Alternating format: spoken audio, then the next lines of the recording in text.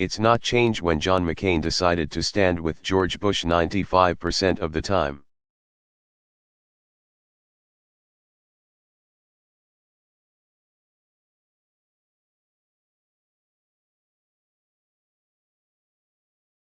As he did in the Senate last year.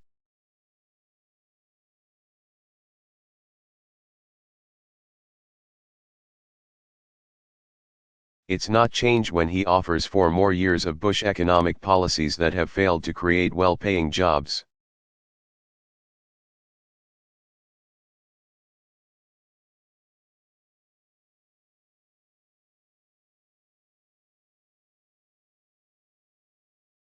Or insure our workers, or help Americans afford the skyrocketing cost of college.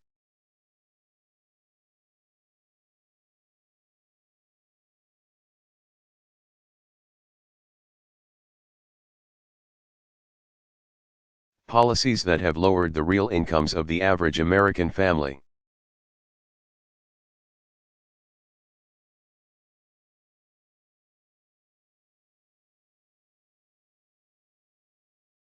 And widened the gap between Wall Street and Main Street, and left our children with a mountain of debt.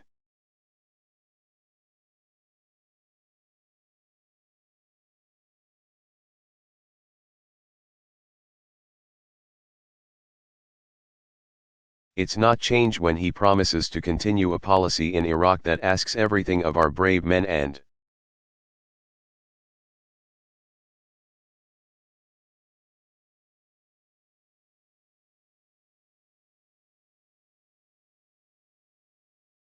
women in uniform and nothing of Iraqi politicians, a policy where all we look for are reasons to stay in Iraq.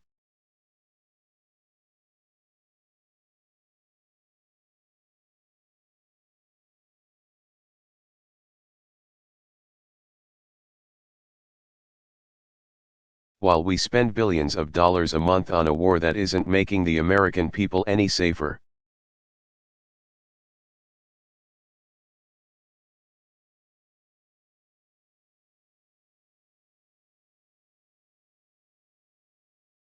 So, I'll say this, there are many words to describe John McCain's attempt to pass off his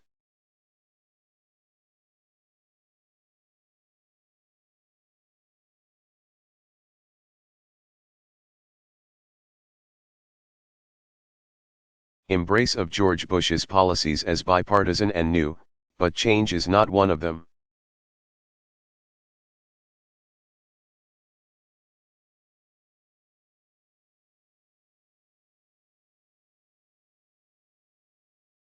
Change is not one of them, because change is a foreign policy that doesn't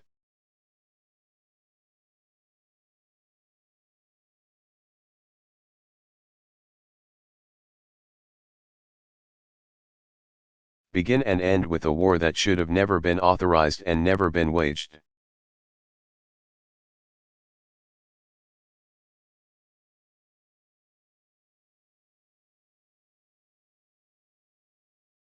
I won't stand here and pretend that there are many good options left in Iraq.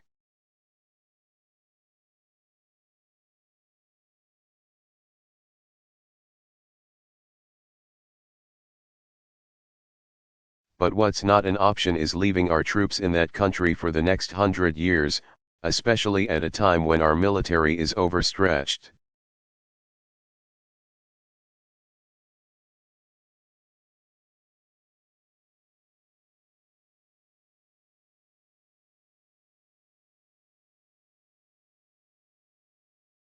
Our nation is isolated, and nearly every other threat to America is being ignored.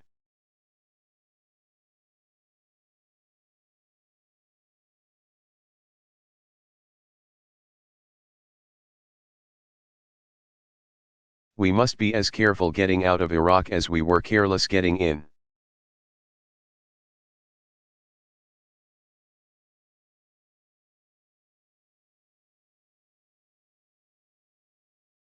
But start leaving we must. It's time for Iraqis to take responsibility for their future.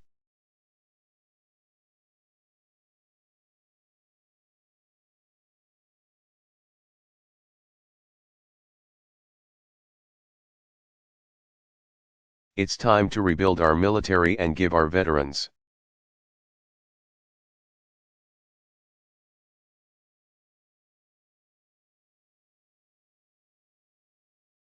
the care and the benefits they deserve when they come home.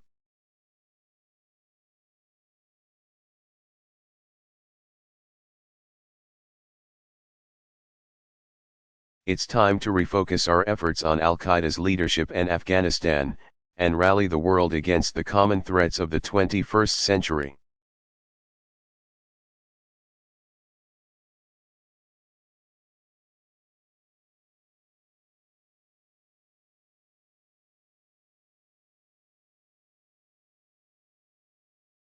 Terrorism and nuclear weapons, climate change and poverty, genocide and disease.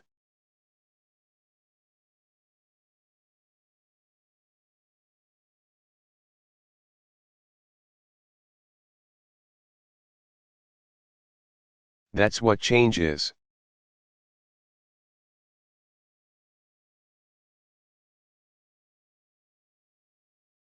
Change, Minnesota, is realizing that meeting today's threats requires not just our firepower.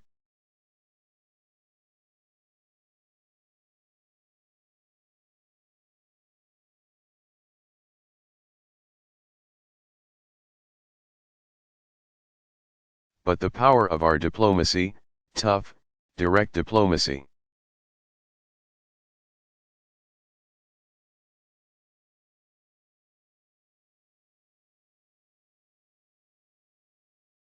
Where the President of the United States isn't afraid to let any petty dictator know where America stands and what we stand for.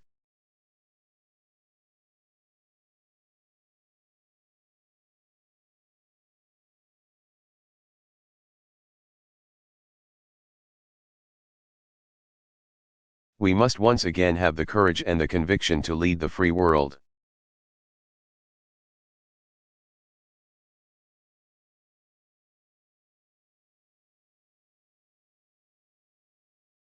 That is the legacy of Roosevelt and Truman and Kennedy.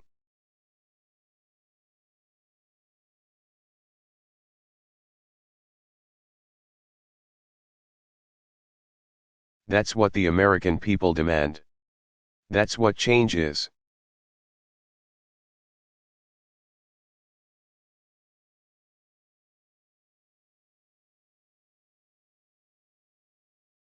Change is building an economy that rewards not just wealth, but the work and the workers who created it.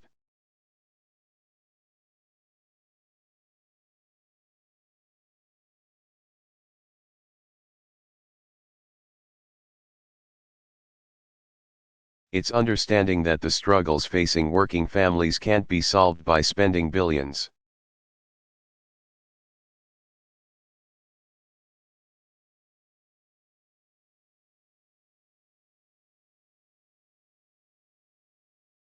Of dollars on more tax breaks for big corporations and wealthy CEOs.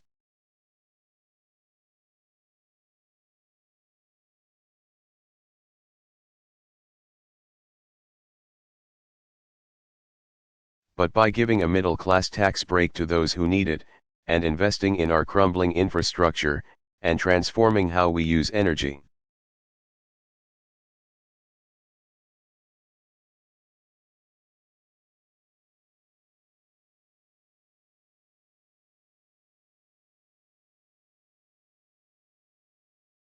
And improving our schools, and renewing our commitment to science and innovation.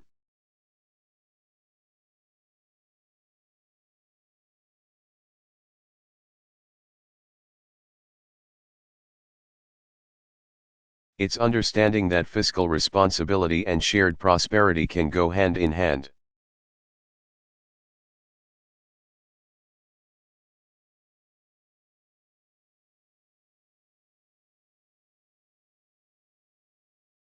As they did when Bill Clinton was president.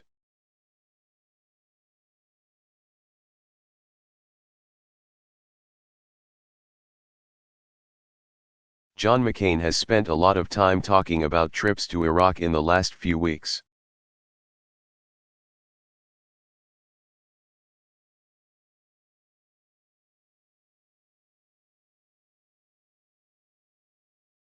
But maybe if he spent some time taking trips to the cities and towns that have been hardest hit by this economy, cities in Michigan.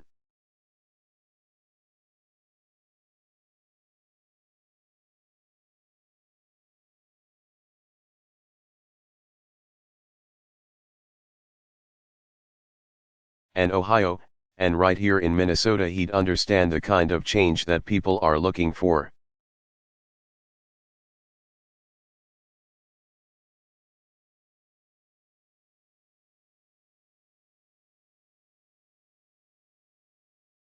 Maybe if he went to Iowa and met the student who works the night shift after a full day of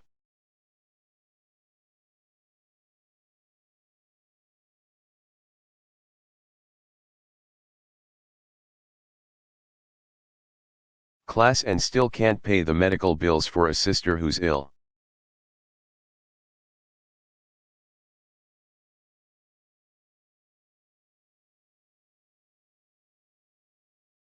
He'd understand she can't afford 4 more years of a healthcare plan that only takes care of the healthy and the wealthy.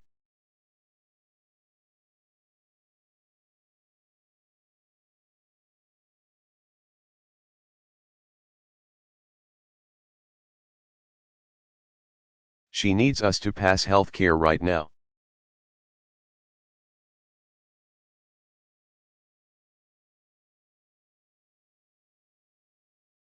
A plan that guarantees insurance to every American who wants it and brings down premiums for every family who needs it.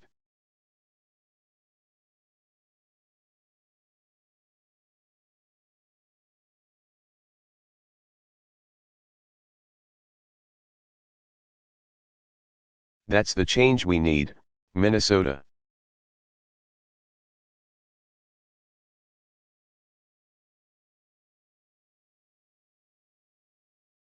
Maybe if John McCain went to Pennsylvania and he met the man who lost his job.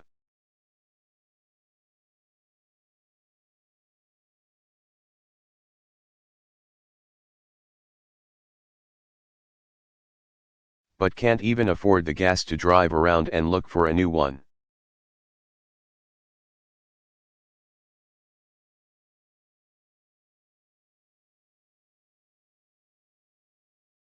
He'd understand we can't afford 4 more years of our addiction to oil from dictators.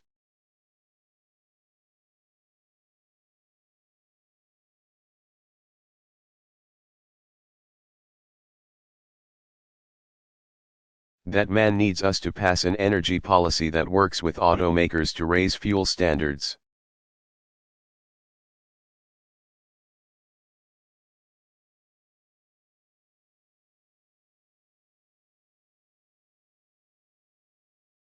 And makes corporations pay for their pollution, and oil companies invest their record profits in a clean energy future.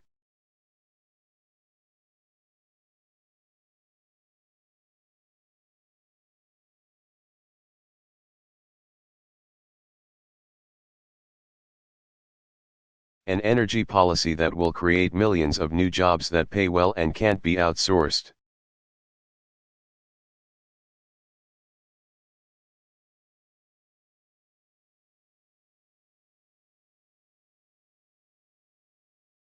That's the change we need, Minnesota.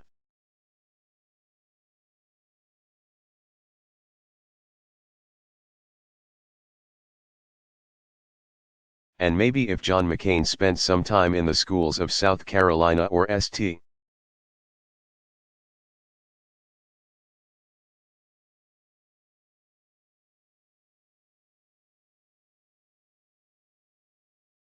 Paul, Minnesota, or where he spoke tonight in New Orleans, Louisiana.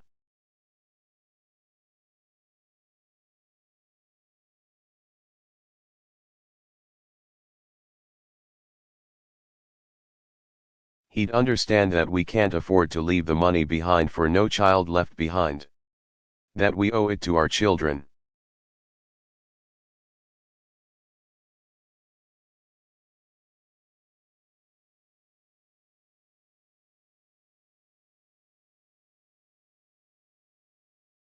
To invest in early childhood education. And recruit an army of new teachers and give them better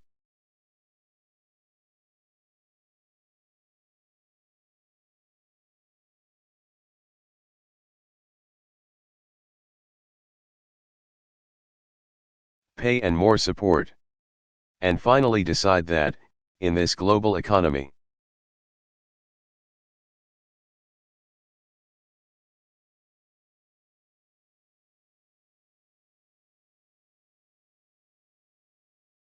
the chance to get a college education should not be a privilege for the few, but a birthright of every American.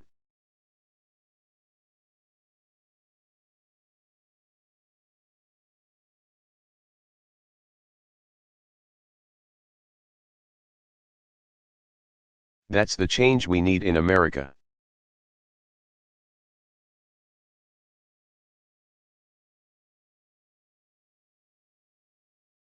That's why I'm running for President of the United States.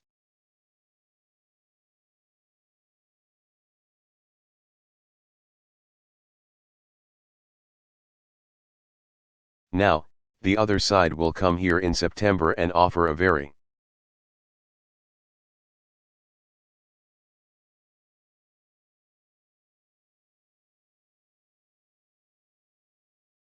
different set of policies and positions, and that is a good thing.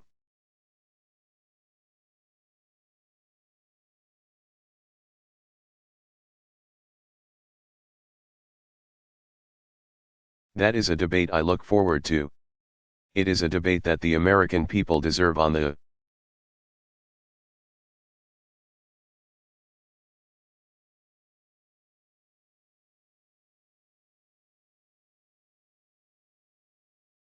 issues that will help determine the future of this country and the future for our children.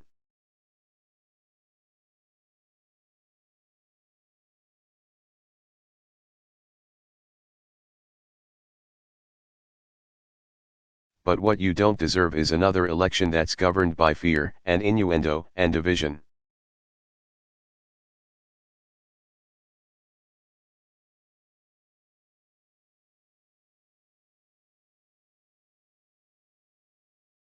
What you won't hear from this campaign or this party is the kind of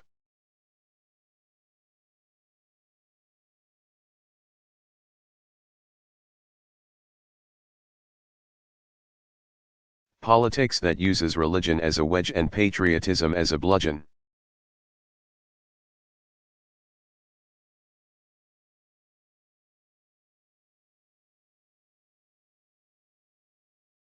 What you won't see from this campaign or this party is a politics that sees our opponents not as competitors to challenge,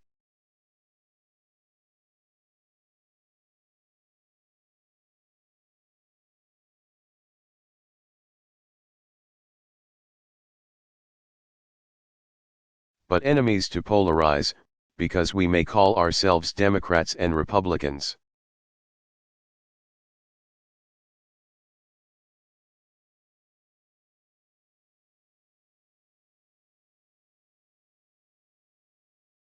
But we are Americans first. We are always Americans first.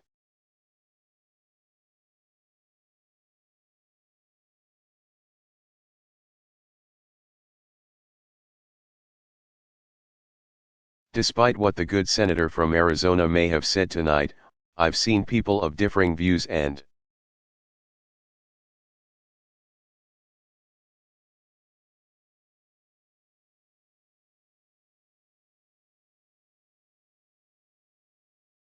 opinions find common cause many times during my 2 decades in public life, and I've brought many together myself.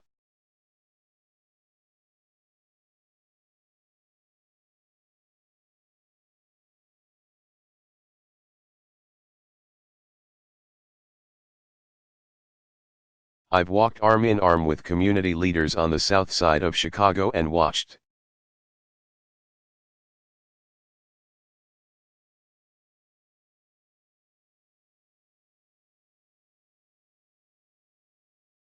tensions fade as black and white and Latino fought together for good jobs and good schools.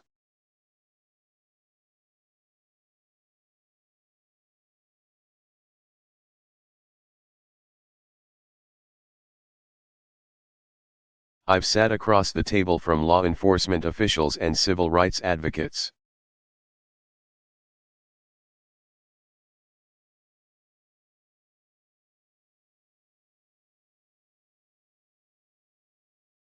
to reform a criminal justice system that sent 13 innocent people to death row.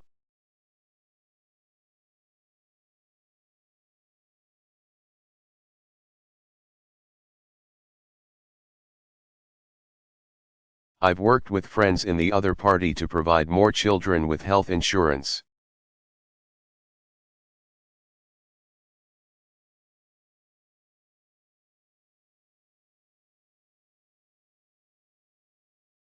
And more working families with a tax break, to curb the spread of nuclear weapons.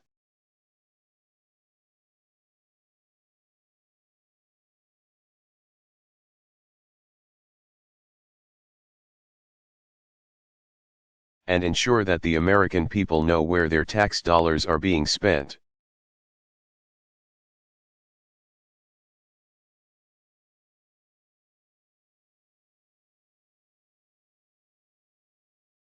And to reduce the influence of lobbyists who have all too often set the agenda in Washington.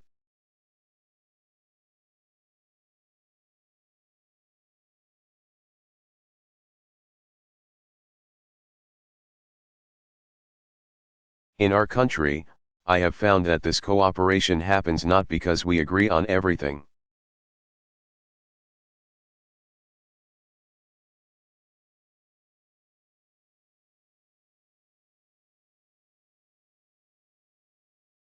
But because, behind all the false labels and false divisions and categories that define us,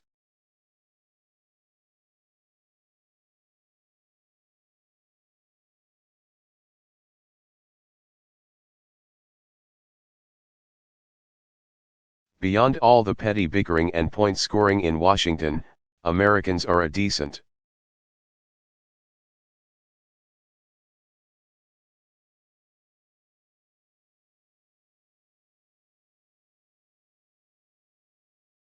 generous, compassionate people, united by common challenges and common hopes.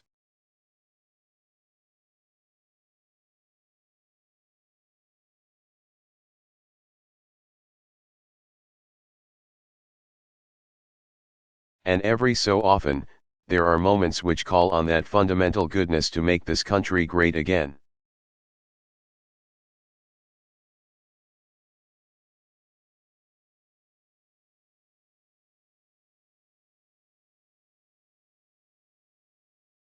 So it was for that band of patriots who declared in a Philadelphia hall the formation of a more perfect union.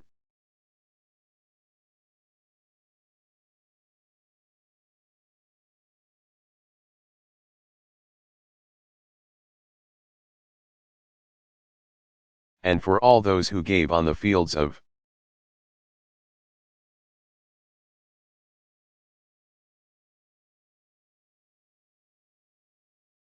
Gettysburg and Antietam their last full measure of devotion to save that same Union.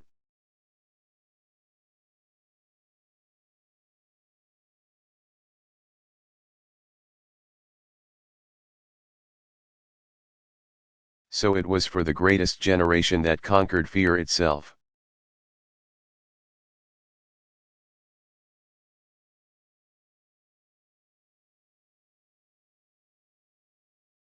And liberated a continent from tyranny, and made this country home to untold opportunity and prosperity.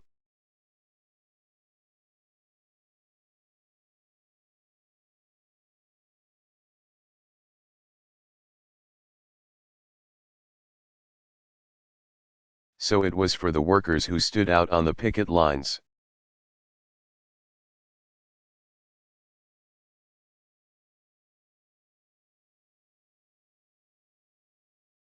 The women who shattered glass ceilings, the children who braved the Selma Bridge for freedom's cause.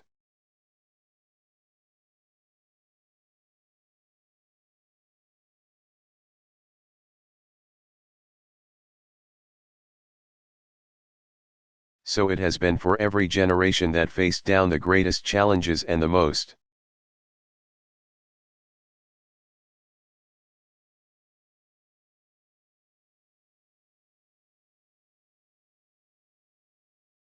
improbable odds to leave their children a world that's better and kinder and more just.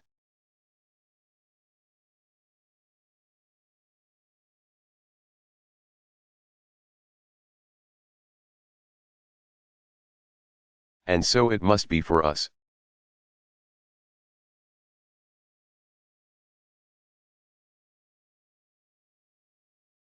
America, this is our moment.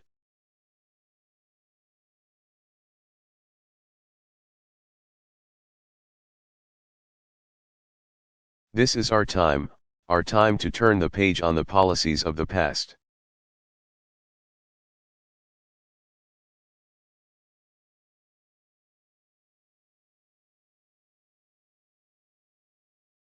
Our time to bring new energy and new ideas to the challenges we face, our time to offer a new direction for this country that we love.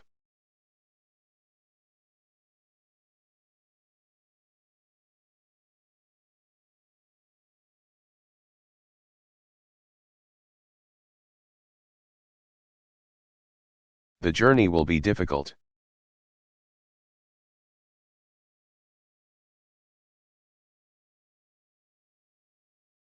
The road will be long. I face this challenge with profound humility and knowledge of my own limitations.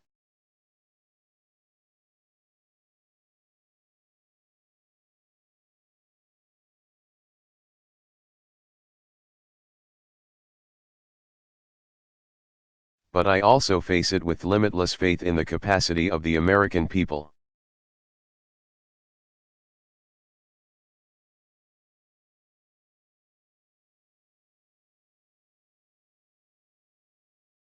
Because if we are willing to work for it, and fight for it, and believe in it, then I am absolutely certain that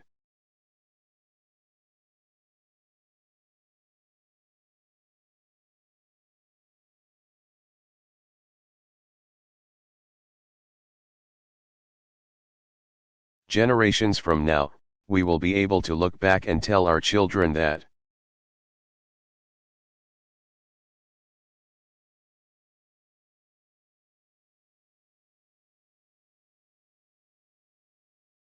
this was the moment when we began to provide care for the sick and good jobs to the jobless.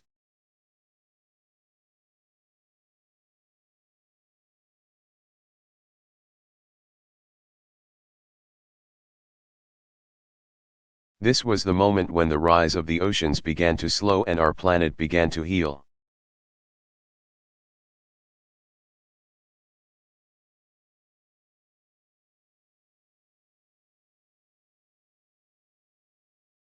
This was the moment when we ended a war, and secured our nation.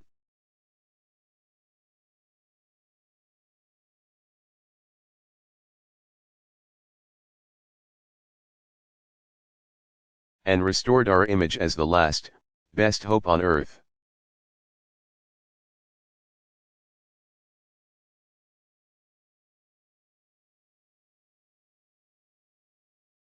This was the moment, this was the time when we came together to remake this great.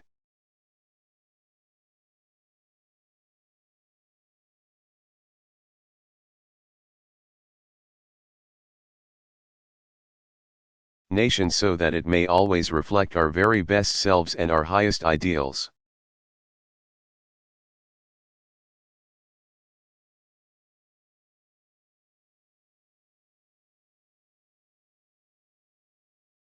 Thank you, Minnesota.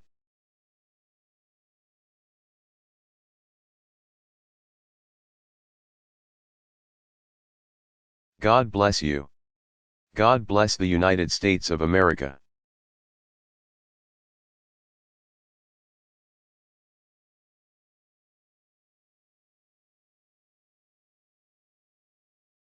Barack Obama.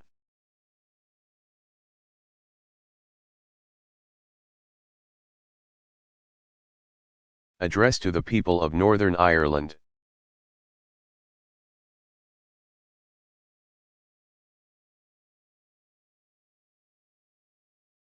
Delivered June 17, 2013, Waterfront, Belfast, Northern Ireland.